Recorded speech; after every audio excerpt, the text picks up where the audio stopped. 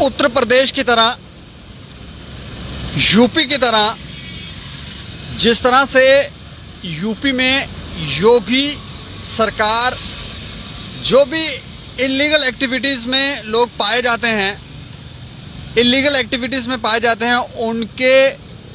साथ किस तरह का व्यवहार वहां पर यूपी सरकार करती है, उसी तरह का व्यवहार जो है वो अब जम्मू कश्मीर में भी शुरू हो रहा है। और ये तस्वीरें जो हैं, ये तस्वीरें हम आपको घाटी से दिखा रहे हैं। यहाँ पर 5 घरों को सीज किया गया है और ये कई बार हमने भी इसके ऊपर प्रश्न चिन्ह लगाए कि आखिर कब तक घाटी से इस तरह की तस्वीरें आती रहेंगी कि वहां पर टारगेट किलिंग जो है वो वहां पर होती रहेगी और सरकार जो है वो मूक दर्शक बनकर देखती रहेगी। आतंकवादियों ने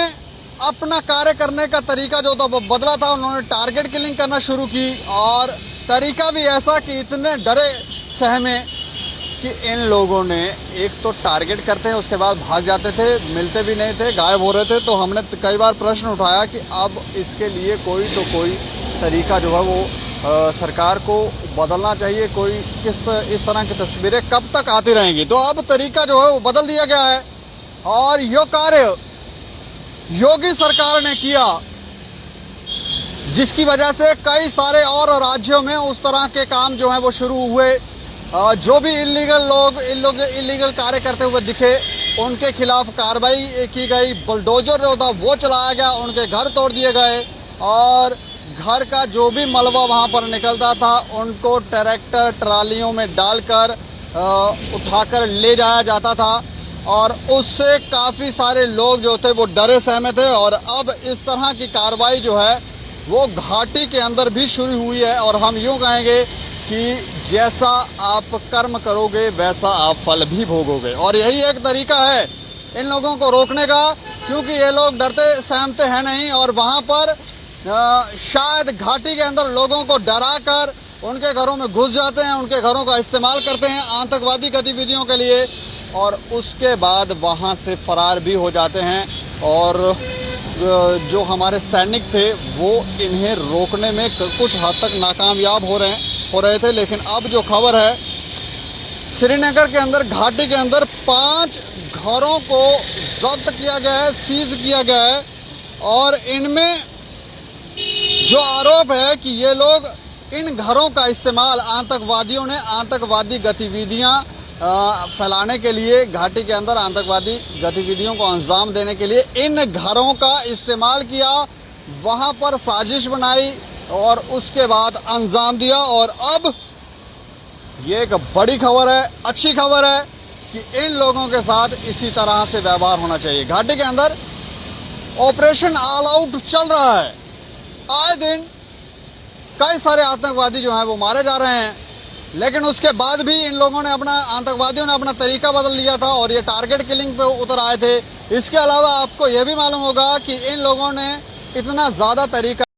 बदला कि ये भाजपा की पार्टियों में शामिल हो गए। एक तालिब हुसैन शाह जो था उसे पकड़ा गया, उससे भी काफी चीजें एक्सपोज हुई और अब खबर ये है, इनको रोकने का तरीका ये निकाला गया है कि इनके घर, जिस घर में लोग अगर इनको खुद पनाह देते हैं, खुद वहां पर रहने के लिए जगह देते हैं, तो उन लोगों के घरों के ऊपर भी अब कार्रवाई की जाएगी और ये एक बड़ी खबर है। जो विस्तार में जो हमारे पास जानकारी है उसके मुताबिक हम आपको बताएं, श्रीनगर में 5 संपत्तियां, 5 घरों को जब्त किया गया है और जो जब्त घर हैं उनके जो ओनरों के नाम हैं, बाबर सोहेल सोफी निवासी हैं लावेपुरा उस्मानाबाद के, आदिल मोहम्मद लोन निवासी बाजार मोहल्ला लावेपुरा, इसके अलावा मुजफ्फर अहमद मीर हैं और रमीज अहमद मीर निवासी जो हैं वो मलूरा के रहने वाले हैं। इन लोगों के घर जो हैं वो सीज किए गए हैं और जो वहाँ जो प्रवक्ता हैं उनकी तरफ से जानकारी दी गई है कि इनके घरों को इसलिए जब्त किया गया है, इनको इसलिए सीज किया गया है क्योंकि इनका इस्तेमाल आतंकवादी गतिविधियों के लिए किया गया था। इनके खिलाफ थाना पारीमपोरा में केस दर्ज था और प्रवक्ता ने यह भी बताया कि फिरदौस आबाद बटमोलू में आदुल मजीद गनी के घर और अब्दुल रहमान बट निवासी दरबाग हरवन के एक 2 मंजिले मकान को भी जब्त किया। जो तस्वीरें हमने आपको दिखाई उनको जब्त किया गया है और उन्होंने जानकारी दी कि इन घरों का इस्तेमाल आतंकवादियों द्वारा श्रीनगर जिले में आतंकवादी कृत्यों की साजिश करने, रचने, योजना बनाने, उन्हें अंजाम देने के लिए किया था और मकान मालिकों ने जानबूझकर, यह भी नहीं है कि आतंकवादी जबरदस्ती घरों में घुस के, जानबूझकर इन घरों में आतंकवादियों को पनाह दी। इसके अलावा रहने के लिए रसद भी, जो सप्लाई थी, जिन चीजों की उनको जरूरत थी वो भी मुहैया करवाई जो मालिक थे वहां के। उन्होंने कहा कि पुलिस आम जनता से एक बार फिर से अनुरोध कर रही है कि आतंकवादियों को उनके घरों में पनाह या आश्रय न दे। ऐसा करने पर सख्त कार्रवाई जो है वो की जाएगी और हमें लगता है कि यही एक तरीका है, लेकिन धीरे धीरे और भी सख्ती से पेश आना पड़ेगा, क्योंकि अगर जिस तरह से ये खबर है कि मकान मालिकों ने 100 आतंकवादियों को वहां पे आश्रय दिया, रहने के लिए घर दिया, पनाह दी, इन लोगों ने वहां पर साजिशें बनाई, योजनाएं बनाई और उसके बाद श्रीनगर में जो आतंकवादी घटनाएं थी उनको अंजाम दिया इन्हीं घरों का इस्तेमाल करके। तो इस तरह के लोगों के लिए तो पुलिस अपील कर रही है कि आप पनाह ना दें, लेकिन इनको तोड़ने के लिए सख्ती से कार्य होना चाहिए, क्योंकि ये लोग